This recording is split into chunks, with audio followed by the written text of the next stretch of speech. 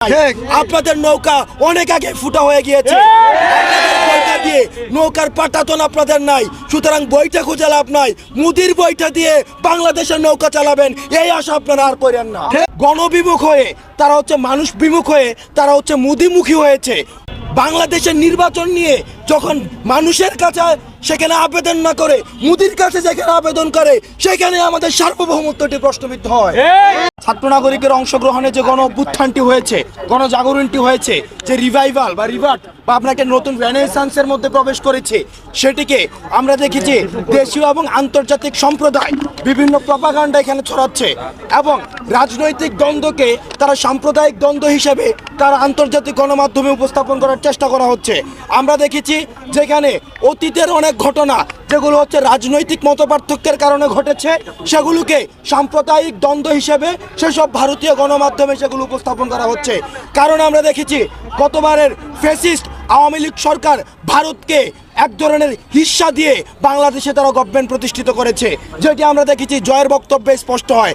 তারা গণবিমুখ হয়ে তারা হচ্ছে মানুষ বিমুখ হয়ে তারা হচ্ছে মুদিমুখী হয়েছে, অর্থাৎ তারা মানুষ থেকে মুখ ফুরিয়ে তারা মুদির উপরে নির্ভর করছে তারা ক্ষমতায় আসার জন্য। এই কারণে আমরা ওয়াজেদকে শুনতে পাই, আমরা দেখছি যে সজীব ওয়াজেদ বলছে যে উনি মুদিকে রিকোয়েস্ট করছে যে যেন দ্রুততম সময়ের জন্য নির্বাচনের ব্যবস্থা করে। চিন্তা করেন মানুষ থেকে ওনারা কতটা বিচ্ছিন্ন, ছাত্র থেকে ওনারা কতটা বিচ্ছিন্ন, জনতা থেকে ওনারা কতটা বিচ্ছিন্ন যে ওনারা মোদিকে রিকোয়েস্ট করতে হয় যে আগামী নির্বাচন করে দেওয়ার জন্য। অর্থাৎ এটা থেকে প্রমাণ হয় যে 2009 সালের যে ইলেকশন, 14 সালের যে ইলেকশন, 18 সালের যে ইলেকশন এবং পরবর্তীতে যে 24 সালের যে ইলেকশন, সেই ইলেকশনগুলো যে প্রশ্নবিদ্ধ ছিল এবং মোদির উপরে যে দেশটাকে টেন্ডার দিয়ে, মোদি হচ্ছে একটি আদর্শ, এই আদর্শের উপরে যে দেশটা টেন্ডার দিয়ে এতদিন পর্যন্ত চালিয়েছে সেটি তখন প্রমাণিত হয়। সুতরাং এগুলো হচ্ছে বাংলাদেশকে বিতর্কিত করার জন্য। আমাদের যে সাম্প্রদায়িক সম্প্রীতিটি রয়েছে, বাংলাদেশে সবসময় সাম্প্রদায়িক সম্প্রীতি রয়েছে, এই সাম্প্রদায়িক সম্প্রীতিকে প্রশ্ন করার জন্য আমরা দেখেছি আওয়ামী ফ্যাসিস্ট যে সরকার তারা এখন দেশে বিদেশে প্রপাগান্ডা চালাচ্ছে। আমরা দেখেছি গত 16 বছরে হাজার হাজার কোটি টাকা তারা বিদেশে পাচার করেছে। আমি গতকালকে একটা হিসাবে দেখেছি মাত্র 5% টাকা যদি তারা এই প্রপাগান্ডার মধ্যে খরচ করে তাহলেও বাংলাদেশকে ধ্বংস করে দেওয়া যায়। তাদের এত টাকা বিদেশে পাচার করেছে।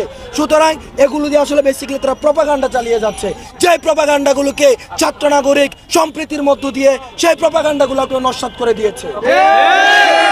কর্মসূচিটা বলেন, সার্বভৌমত্বের বিরুদ্ধে, রাষ্ট্রের বিরুদ্ধে কিনা? দেখুন, বাংলাদেশের নির্বাচন নিয়ে যখন মানুষের কাছে সেখানে আবেদন না করে মুদির কাছে যেখানে আবেদন করে সেখানে আমাদের সার্বভৌমত্বটি প্রশ্নবিদ্ধ হয়। সুতরাং আমরা স্পষ্ট করে দিতে চাই, এই যে ইউএসএ তে বসে আপনি দেশের বিষয়ে সিদ্ধান্ত নেওয়ার আপনার কোনো ধরনের অধিকার নাই। আপনাদের নৌকা অনেক আগে ফুটা হয়ে গিয়েছে। বইটা দিয়ে নৌকার পাটাতন আপনাদের নাই, সুতরাং বইটা খুঁজে লাভ নাই। মুদির বইটা দিয়ে বাংলাদেশের নৌকা চালাবেন এই আশা আপনারা আর করেন না। অভ্যুত্থানটিকে বিনষ্ট করে দেওয়ার জন্য আপনারা দেখেছেন আমাদের ছাত্র নাগরিকের অংশগ্রহণে তাদের যে দিবাস্বপ্ন সেটিকে আমরা নস্যাৎ করেছি।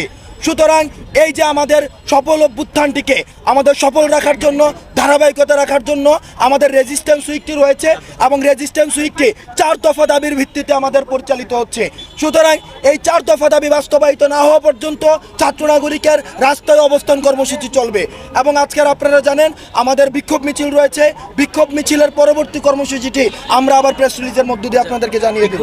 কোথা থেকে কোথায় যেয়ে শেষ করবেন এবং কি আমাদের রুটটি পরবর্তীতে আপনাদেরকে জানিয়ে